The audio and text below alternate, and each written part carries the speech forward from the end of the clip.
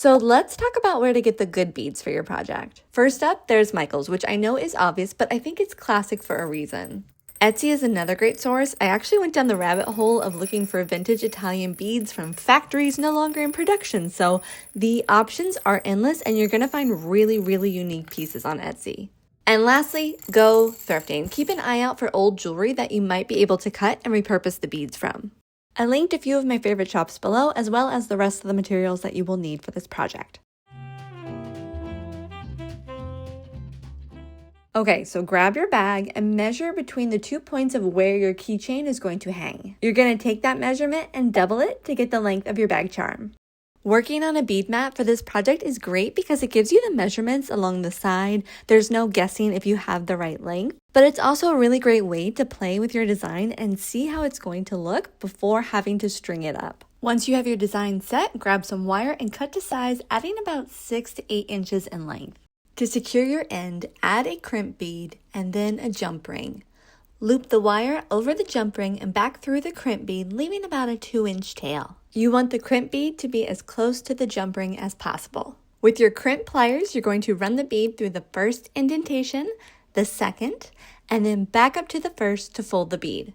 I honestly found that this was the hardest part of the project for me. I broke a few beads, I cursed a lot. It is what it is. If you are new to using crimp beads, you might have a little bit of a hurdle, but it's nothing that you can't learn.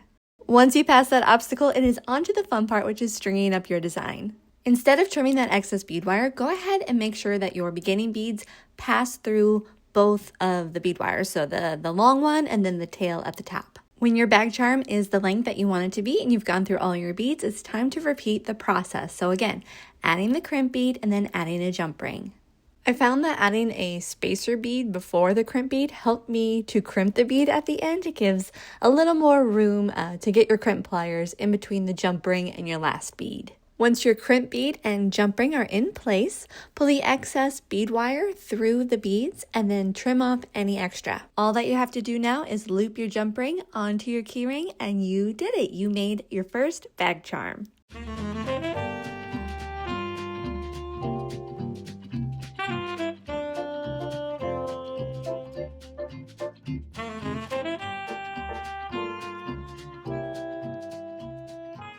The multi-strand bag charm starts exactly the same. So you're going to add your crimp bead and your jump ring, loop the bead wire over the jump ring, and then pass through your crimping pliers in the first position, the second, and then back up to the first again to fold the bead. Start laying your design out on your bead mat. I found that sorting my beads by color really helped keep me organized, and it gave me an idea of, maybe I want a pink bead, but maybe I want a different shade of pink. It was just a lot easier to find once my station was organized by color. To finish, you're going to add your crimp bead and then crimp with your crimp pliers. Crimp, crimp, crimp is the word of this video.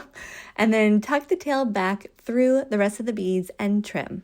To add this single strand to a key ring, you're going to need to open the jump ring. And you're going to do this by holding with pliers and twisting with your wrist. So don't pull it apart, but twist with your wrist. Add your key ring and then twist again to close. And then you just sort of repeat the process. So you make the strand, you open the jump ring, you add it to your key ring, and you go until you have as many strands as you want. So I ended up doing 2 strands, and then I went in to add a charm. You can just add your charm directly to your key ring if you want with a jump ring, but I thought it was fun to use these like jewelry safety pins. So I added the charm and then added a few beads as well. After I added this to my keyring, that was it. That was my multi-strand bag charm. There are so many ways to customize this project, and I think it would make for a great craft night. Get all your friends together, look at beads, just have a really great time. Let me know if you have any questions in the comments below. I will try my best to help you, and definitely subscribe and stay around for more easy craft projects.